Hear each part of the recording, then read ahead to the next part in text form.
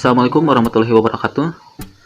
Teman-teman semuanya, di sini saya akan membagikan tutorial atau cara membuat skema sanad dan mencari hadis yang belum teman-teman ketahui letak keberadaannya terdapat dalam kitab apa saja. Dan teman-teman tidak usah capek-capek nyari perpustakaan yang terutama perpustakaan yang di dalamnya terdapat kitab-kitab kita penunjang tahrij hadis. Di sini teman-teman cukup hanya berbaring di kasur, rebahan di kasur, teman-teman cukup seperti itu sudah bisa melakukan tahrij hadis. Nah, yang perlu teman-teman ketahui bahwasanya di sini saya menggunakan 3 aplikasi Android yang paling recommended menurut saya, yaitu pertama aplikasi Jami'u Kutubut Tis'ah. Aplikasi Jami'u Kutubut Tis'ah. Di sini teman-teman bisa mendownloadnya di Play Store yang sudah saya cantumkan linknya di deskripsi. Kemudian ada ensiklopedia hadis. Nah, di sini di aplikasi Jami'u Kutubut Tis'ah ini teman-teman sekalian tidak bisa melihat terjemahan hadisnya secara langsung. Nah, untuk itu teman-teman saya rekomendasikan untuk mendownload ensiklopedia hadis, di mana ensiklopedia hadis ini bisa membantu teman-teman untuk menerjemahkan hadis yang telah teman-teman dapatkan di Jami'u Kutubut Tis'ah. Kemudian di sini saya juga merekomendasikan kepada teman-teman untuk mendownload Muslim Scholars. Nah, Muslim Scholars ini aplikasi yang di dalamnya itu mencantumkan untuk kita mencari nama murid dan guru tiap perawi dari tiap-tiap sanad. Nah, langsung saja ke contoh tutorialnya teman-teman. Nah, biasanya di tugas tahrij itu ada pertanyaan bahwa ada berapakah sanad terpisah dalam hadis tersebut. Nah, di sini teman-teman bisa lihat bahwasanya hadis ini berbunyi wa hadatsana Abu Bakar bin Abi Syaibah hadatsana Habsu bin Giyas anil A'mas an Abi Sufyan an Jabir wa an Abi Sholih an Abi Hurairah qala qala Rasulullah sallallahu alaihi wasallam. Berbunyi inti dari hadis tersebut yaitu umirtu an uqatilan nas. Nah, teman-teman kan di sini teman-teman tidak mengetahui ya letak hadis ini terdapat dalam kitab apa saja. Nah, di sini saya akan memberitahu kepada teman-teman cara kita untuk mengetahui hadis ini tuh terletak di mana saja, dengan cara kita harus pertama kita harus mencari topik utama dalam hadis ini tuh apa. Nah, berhubung sini udah ada dalam dalam tanda kurung ada kata umirtu an uqatilan nas. Nah, teman-teman langsung saja diklik kemudian di copy.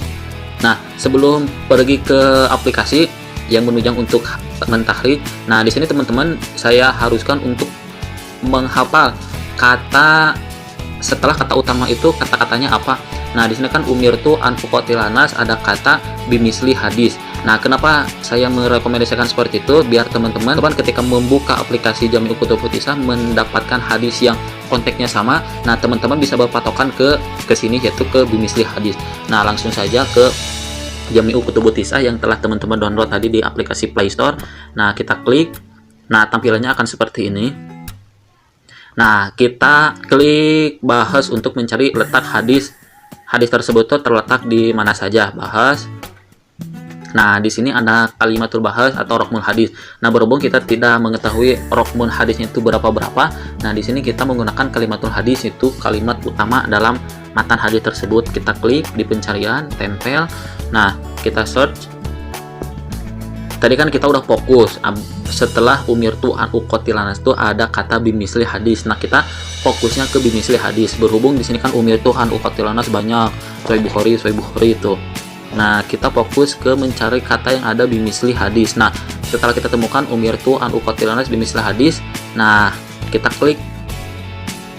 Nah, konteks hadisnya seperti ini. Nah, barangkali ini ada kesamaan sama hadis yang lain, teman-teman bisa samakan lagi dengan soal tadi ya, soal pertama tadi yang tanpa ada nomor, tanpa ada keterangan bahwa hadis itu terletak di kitab apa saja. Nah, teman-teman bisa bandingkan, berhubung saya sudah membandingkan dan isinya pun 100% sama.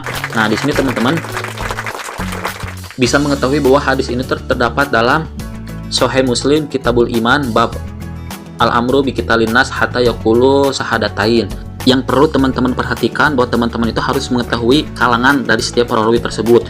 Contohnya Abu Bakar bin Abi Syaibah itu masuk ke golongan sahabat atau siapa, untuk memudahkan teman-teman meletakkan posisi tiap tobakohnya.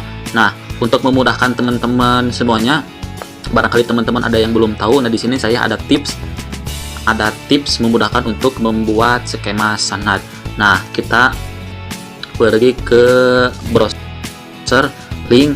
Nah, teman-teman tinggal klik link yang ada di deskripsi. Nanti teman-teman akan masuk ke browser dengan tampilan seperti ini. Nah, langsung saja kita cari kata di bawah pojok. Nah, di sini kan teman-teman harus mencari kata, terus mengeklik kategori pencarian. Nah, berhubung kita masih belum tahu kunci kata utama tersebut itu, nah kita kembali lagi ke Jami'u Kutubut Tis'ah. Nah, di sini teman-teman harus mengeklik matan dari hadis tersebut. Nah, tadi saya udah mencoba mengopas umirtu an uqatilanas, namun sayang tampilan tersebut di ensiklopedia hadis tidak terdapat dalam hadis apapun, dalam kitab hadis apapun. Nah, di sini saya mencoba mencari kata lain, yaitu dengan kata yang penting kata matan ya, matan hadis tersebut. Nah, di sini saya mencoba lapad asomu mini.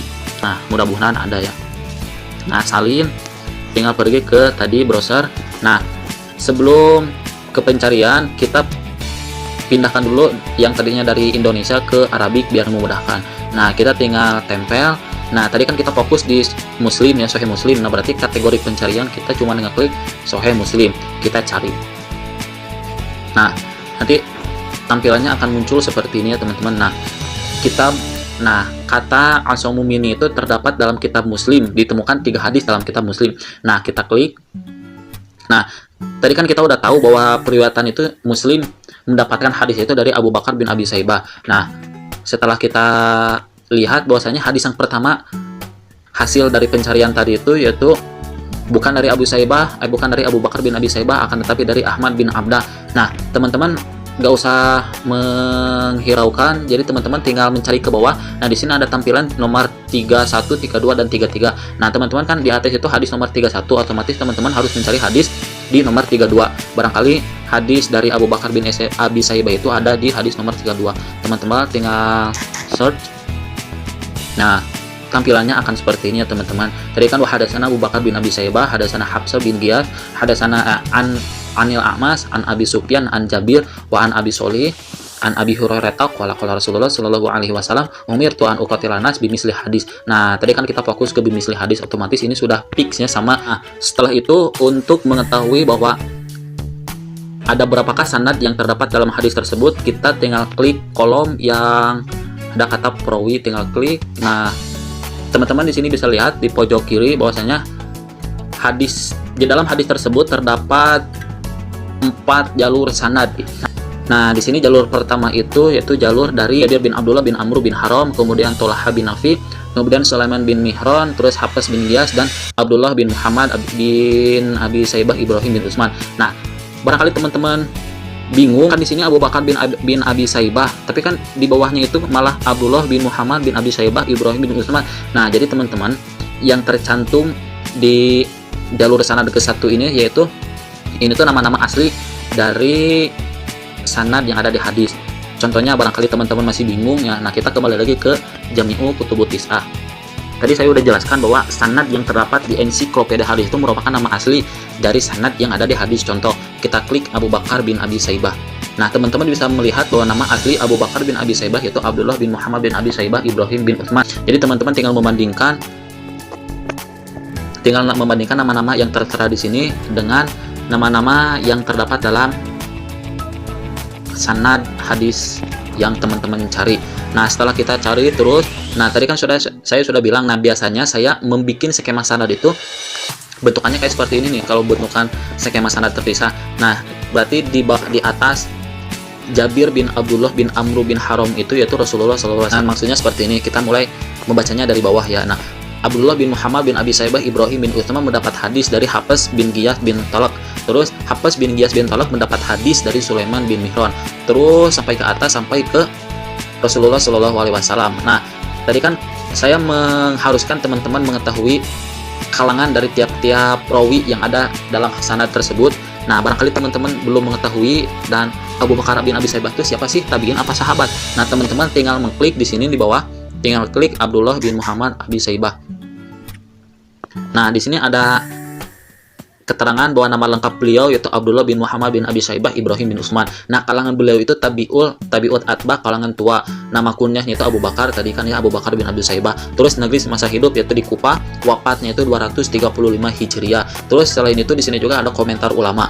Nah, di sini ulama yang mengomentari Abu Bakar bin Abi Syaibah itu diantaranya Ahmad bin Hambal, itu dengan mengomentari dengan kalimat saduk, dan Abu Hatim dengan kalimat sikoh.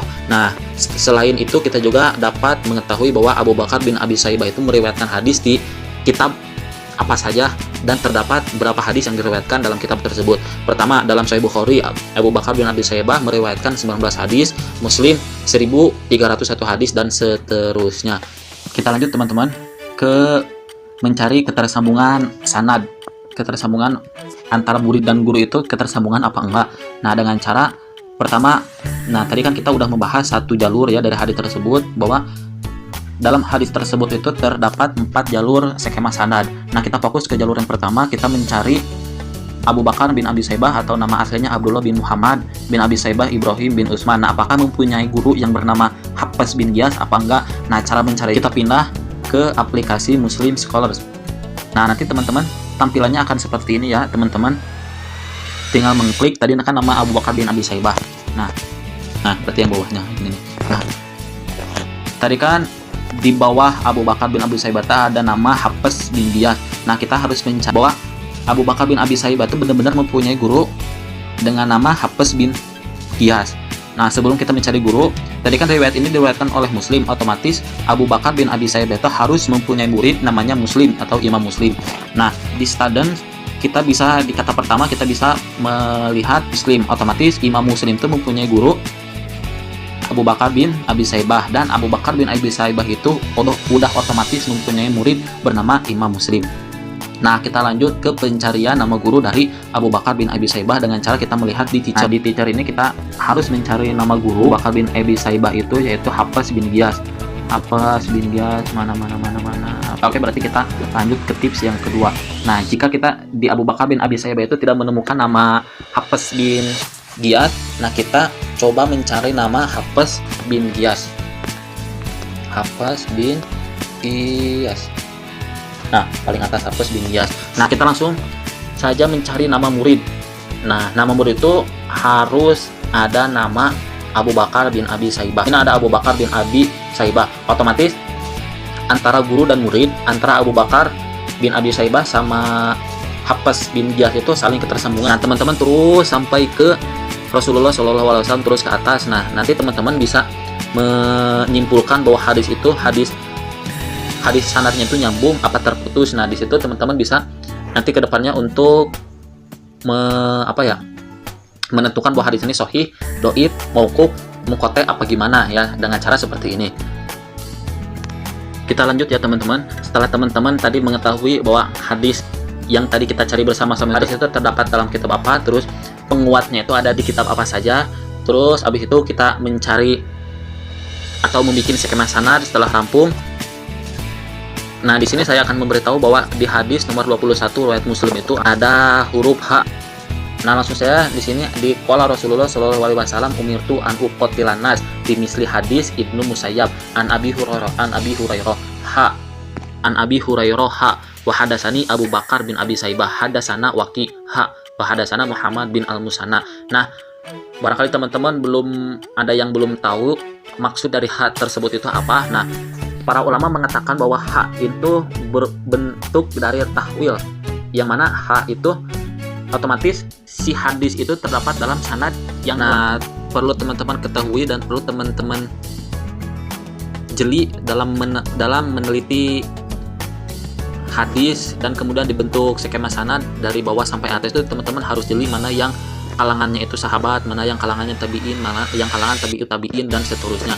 Jalur skema sanad yang kedua yaitu masih tetap dari Jabir bin Abdullah Amr bin Haram, terus dari yang ketiga Jabir bin Abdullah bin Amr bin Haram, jalur yang keempat yaitu Abdurrahman bin Sakhr. Nah, Abdurrahman bin Sakhr yaitu nama asli dari Abu Hurairah. Kita klik Abdurrahman bin Sakhr. Nah, di sini ada keterangan bahwa nama lengkap dari Abdurrahman bin Sakhar, nama lengkapnya itu Abdurrahman bin Sakhar, kalangan sahabat, kunyah Abu Hurairah. Nah, Abu Hurairah itu wafat pada tahun 57 Hijriah. Oke, terima kasih pada teman-teman semua yang telah menonton video ini dari awal sampai akhir, dan jangan lupa like, comment, and subscribe. Wassalamualaikum warahmatullahi wabarakatuh.